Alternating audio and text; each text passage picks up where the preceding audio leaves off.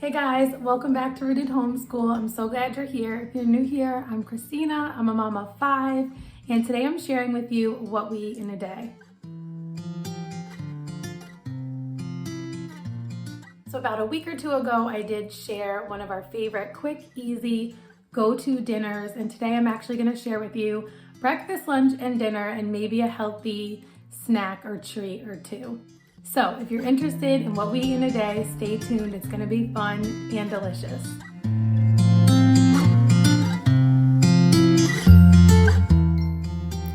So one of our main go-tos for breakfast is oatmeal, just because it's so versatile and healthy and filling, and you can just make it in so many different ways.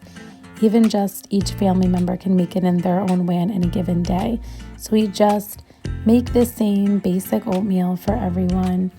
And then I like to always have ground walnuts on hand because they do provide just a healthy source of protein and omega-3 fatty acids, which are just good for brain development. And I like to add a little cinnamon and a little bit of fresh fruit like these blueberries. And then I also add in my walnuts, and I like to add in some almond milk. My favorite is this Khalifa Farms unsweetened. Especially because it doesn't have a lot of additives or preservatives in it, and no extra sweetener or anything, especially for the babies. My older kids sometimes will add in like a little bit of maple syrup, but nothing crazy. So Jackie just made acai bowls. So what's in here, Jax? Berries, so raspberries, blackberries, blueberries, I think a couple cherries, and orange juice, and some granola. Is there acai in there or no? No. Not this time. Okay. And then there's also granola. All right, so we are going to be making a big salad. And so one thing that I really love in my salad to make it more filling and just add some nutrients is some quinoa. So we're gonna put that on first, and then while the quinoa cooks, we can be washing and prepping all of the other stuff for the salad.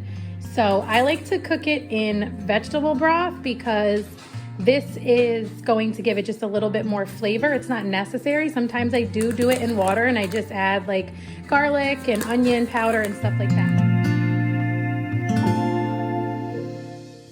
So once the veggie stock is boiling, we put in our quinoa, we let it cook on medium-high for a couple of minutes before we cover it and turn it down to a simmer on medium-low. And then while that cooks, we will prepare the salad.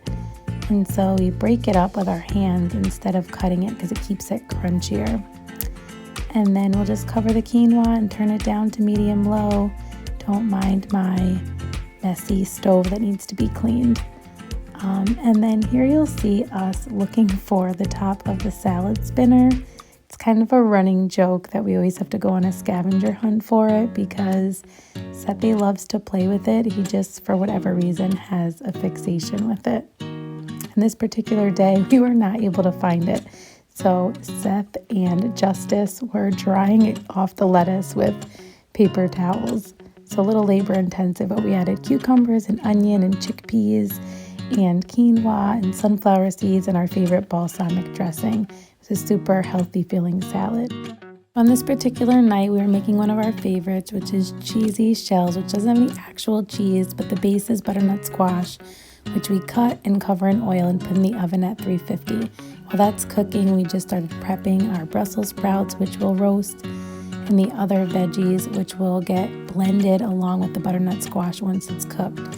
So 2 orange bell peppers, a small purple onion, plenty of garlic, olive oil, and then in the Brussels sprouts, we just mix in some olive oil and steak seasonings. So just super simple. I'll toss it and put it in the oven until they're cooked, probably about 20-25 minutes. I'm not great with times. But while those roast, I'll just continue to saute the veggies that will get mixed with the butternut squash, and then I can just turn them off when I feel like they're cooked enough. Checking the butternut squash. If the fork goes in easy, it's done. And in this case, it wasn't quite done. So I turned the heat up to 375 just to speed up the process a little bit. And then I'll continue to prep our final part of our dinner, which is one of our favorites, crescent wrapped asparagus. This is super easy. I just get the Pillsbury crescent rolls and I open them up and just sort of cut them in strips, even though you could probably just use them the way they are. I just find it easier to cut them in strips, and then I just simply wrap my asparagus after I've washed it and snapped off the ends.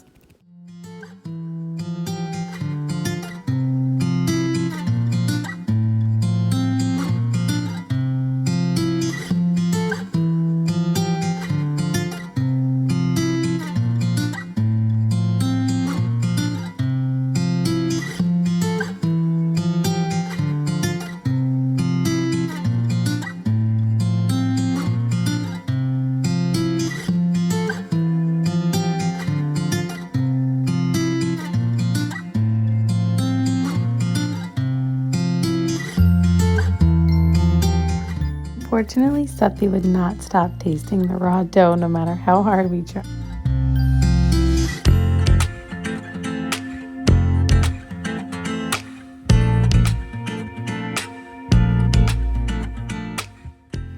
So butternut squash was finally ready, so after letting it cool for a few minutes, we just scooped out all the insides and put it into the blender.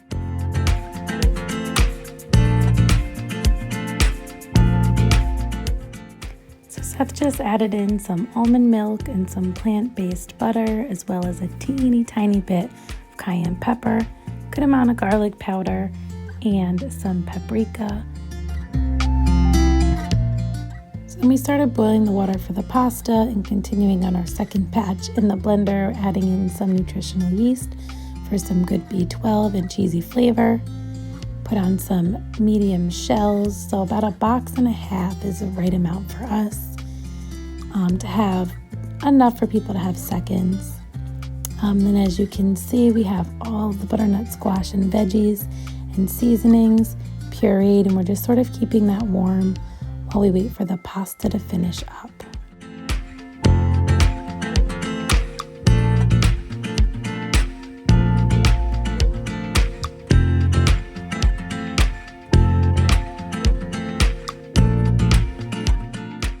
So once the shells are cooked al dente and strained in the strainer, we mix them in with our veggie mixture. And then I just top it with some salt, pepper, red pepper flakes, and chives, and then plate it with our roasted Brussels sprouts and crescent wrapped asparagus.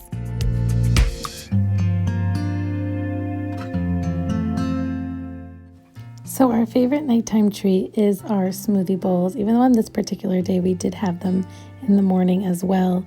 We put in some toasted coconut and orange juice along with this mixed bag of antioxidant fruit blend berries. And then we topped it with some almond butter and granola and some bananas. And it was super good and filling and a little bit sweet and delicious. And it's really a great alternative to ice cream. If you're someone like me who always loved ice cream at night, this is a great, healthier option. Thank you for joining us for this What We Eat in a Day video. Hopefully this inspired you to try out some new breakfasts, lunches, maybe dinners, maybe a sweet treat that's somewhat on the healthy side. If you like this video, give us a thumbs up. Click the subscribe button and the notifications bell and let us know in the comments what was your favorite thing from today's video that you might try. And also let us know, like, what is your favorite content that you see on our channel. We have a lot of food, homeschooling, big family, organization, vlogs, all of that kind of stuff coming your way. So we hope you stick around and we hope to see you in our next video. And until next time, stay rooted.